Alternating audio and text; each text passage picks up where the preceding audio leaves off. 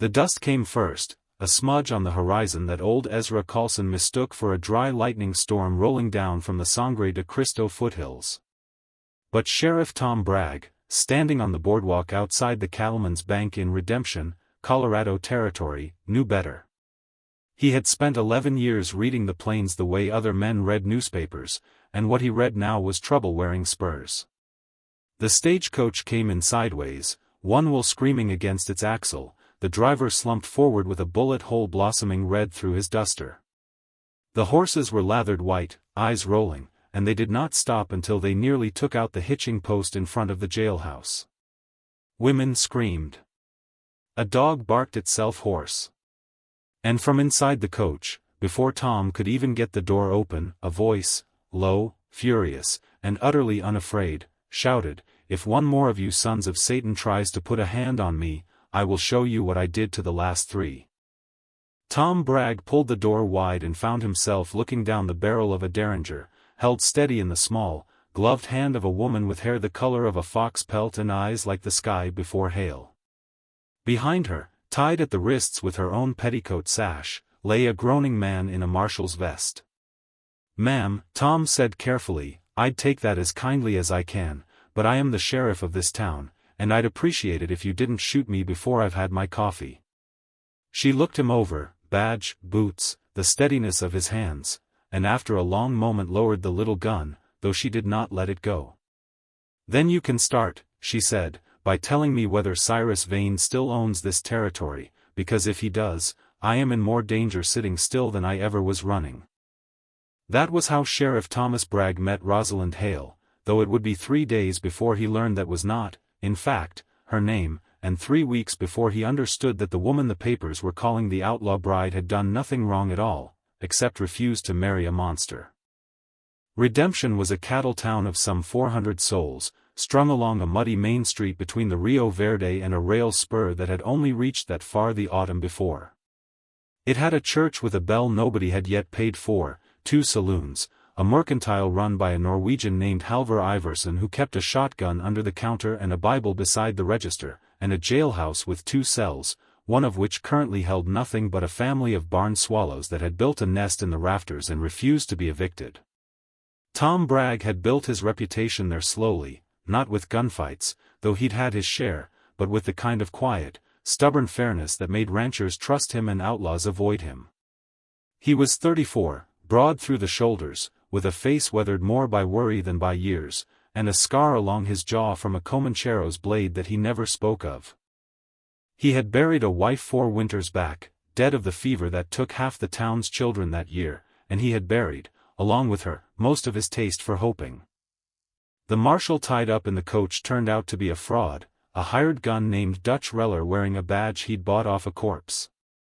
Tom learned this from the real telegraph, once the wires were fixed, and a wire from the territorial marshal's office in Santa Fe that made his blood run cold. Rosalind Hale, real name unknown, wanted for questioning in the death of rancher Cyrus Vane's intended bride, except the wire that followed, 3 hours later from a different office, told quite another story, one of a woman fleeing a forced marriage and a man who did not take refusal kindly. Cyrus Vane owned 80,000 acres from the Rio Verde to the Turquoise Hills, more cattle than the rest of the county combined, and a smile that newspapers in Denver called the face of frontier prosperity.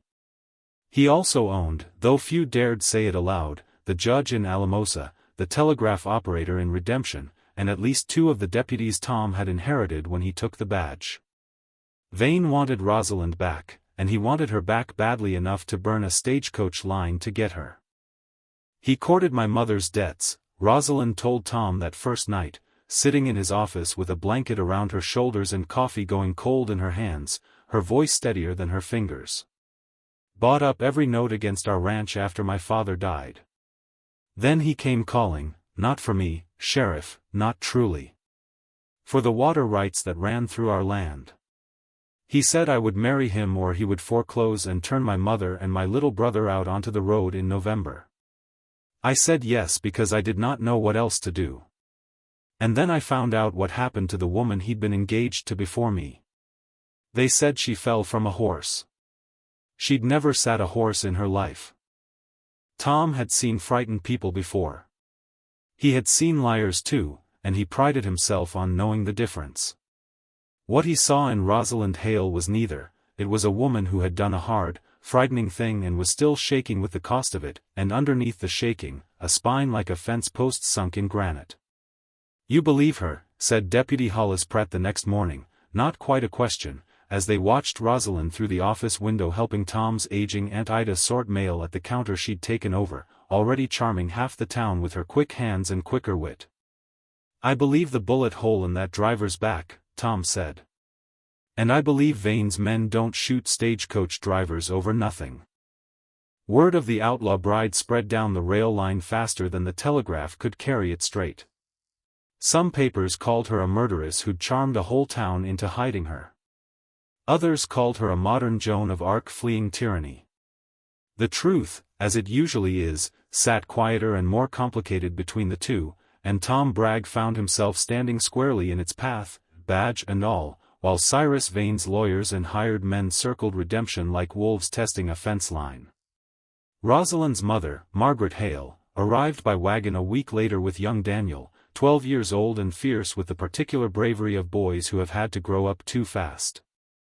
Margaret was a thin woman made of iron and worry, her hands work-scarred from a ranch she'd fought to keep since her husband's death, and she wept when she saw her daughter whole and unmarried, and then scolded her soundly for running off without a proper explanation, both at once, the way only mothers manage. "You could have written," Margaret said. "I could have been dead," Rosalind answered, and that quieted the room. It was Ida Bragg, Tom's aunt, sharp-tongued and sharper-eyed, who first noticed the way her nephew watched Rosalind Hale across a room, not with the hunger of a lonely man, but with the careful attention of one relearning how to hope. "You've got that look," Ida told him one evening, kneading bread dough with the ferocity of a woman who had opinions and intended to share them. "Like a man standing at a door he's afraid to open in case it's locked." "She's got enough trouble without me adding my foolishness to it," Tom said. "Foolishness," Ida snorted, "is letting a woman like that walk out of your life because you're too proud to knock." Their courtship, if it could be called that, grew the way things grow on the frontier, slow, tested by weather, rooted in necessity before it ever bloomed into anything softer. Rosalind rode out with Tom to check on outlying ranches after Vane's riders were spotted cutting fences. She proved a better shot than half his deputies and did not flinch when they came under fire from a ridge above Coyote Wash, returning it instead with a coolness that left Tom half in awe and half in terror for her. He taught her the names of the wildflowers that grew along the Rio Verde in June. She taught him, without meaning to, that a man could grieve a wife and still have room in his chest to breathe again. There was humor in it too. Rosalind's dry observation that Deputy Pratt's mustache looked like a squirrel had died mid-argument, which sent Ida into such a fit of laughter she had to sit down. The town's disastrous attempt at a 4th of July social where the fireworks, ordered from Denver, turned out to be defective and set Halvor Iverson's beard smoking, an incident he referenced for years after with wounded dignity. Life went on, stubborn and ordinary, even under the shadow of Cyrus Vane. That shadow lengthened in August. Vane came to redemption himself, riding in on a black stallion with 6 men at his back, dressed in a fine gray suit that made him look like a banker rather than the man Tom's investigations were slowly proving him to be, a man who had ordered the death of his first intended bride, who had bribed a judge, who had burned out 2 homesteads that summer alone for daring to refuse his water rights offers. He was handsome in the way of men who have never been told no, silver at the temples, voice smooth as poured whiskey. "Sheriff Bragg," he said, dismounting in front of the jailhouse as though he owned the street, which in some legal sense he very nearly did. "I've come for my fiancée." "She's not your fiancée," Tom said. "And she's not for the taking. The law says otherwise." A contract was signed. "A contract signed under threat isn't worth the paper, Mr. Vane, and you know it." Vane smiled, and it did not reach his eyes.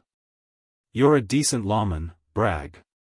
Decent lawmen have a way of ending up dead in this territory, or ruined, which is often worse. I have a judge's order coming from Alamosa within the week. I'd hate to see this town burn over one woman's stubbornness." "Then I'd hate for you to try it," Tom said, and did not move from the step, and Vane, after a long moment of measuring him, remounted and rode off with his men, but not before his gaze slid to Rosalind in the window, and something colder than desire passed over his face, the look of a man calculating a loss. The judge's order came, as threatened, carried by a circuit judge named Aldous Prine, who turned out to be neither bribed nor frightened, a rarity Vane had not accounted for. Judge Prine listened to Rosalind's testimony in the Redemption Church, the closest thing the town had to a courtroom, packed to its unpaid-for rafters with ranchers and cowhands and merchants who had, over the weeks, come to consider the outlaw bride one of their own. He listened too to the testimony of a frightened young ranch hand named Pete Kestrel, who broke down weeping and admitted he had been paid to burn the Delgado homestead and had seen, with his own eyes, Vane's foreman push the first fiancée from her horse on a trail too gentle to have thrown a novice rider. It should have ended there. Justice, on the frontier, was rarely so tidy. Vane did not wait for the judge's ruling. That night, as thunderheads piled purple over the turquoise hills, his men rode into Redemption with torches and rifles, meaning to take Rosalind by force before the law could take her from him by paper. It was Daniel, young Daniel Hale, keeping watch from the livery loft as he'd insisted on doing every night since his sister's return, who saw the riders first and rang the fire bell so hard the rope near tore from his hands. What followed was chaos of the kind small towns remember for generations: gunfire cracking down the muddy street, horses screaming, the mercantile's window shattering as Halvor Iverson finally got to use the shotgun he'd kept ready for a decade, taking down a rider with a roar of righteous Norwegian fury. Tom Bragg stood in the street in his shirt sleeves, having come from bed at the first bell, and put himself between the oncoming riders and the church where Rosalind, her mother, and half the town's women and children had taken shelter. "Vane!" he shouted into the dark and the dust. "Call off your men or I'll see you hang for this before Christmas." Vane's answer was a bullet that took Tom high in the shoulder and spun him into the mud, and for one terrible moment the town held its breath, certain their sheriff was dead. But Tom Bragg had not survived a Comanchero's blade and 4 winters of grief to die in the street of his own town, and he came up firing, and it was Rosalind, having slipped out the church's side door against every plea from her mother, who put herself at his back with the derringer and, later, with Tom's own spare pistol, and between them they held the line until Deputy Pratt and half the ranchers of the county, roused by riders sent out at the first shot, came thundering in from the dark to finish what Vane had started. Cyrus Vane died in that street, not gloriously, not even bravely, but the way such men often do, reaching for a fallen gun with a look of pure astonishment on his face that the world had finally, at long last, said no to him and meant it. It was Pete Kestrel, of all men, the frightened ranch hand turned witness, who fired the shot, redeeming in one instant a summer's worth of cowardice.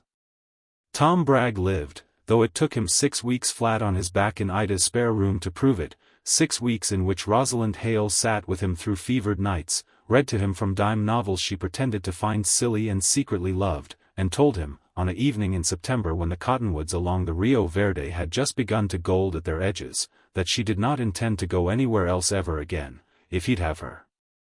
"I've got nothing to offer a woman like you," Tom said, still weak, still half convinced this was fever dream and not truth. "A sheriff's wage and a house that needs a new roof." "You've got a spine that doesn't bend for men like Vane," Rosalind said, "and hands gentle enough to teach a frightened boy to shoot straight, and eyes that look at me like I'm someone worth staying for." "I've had offers of 80,000 acres, Tom Bragg. I'll take the leaking roof."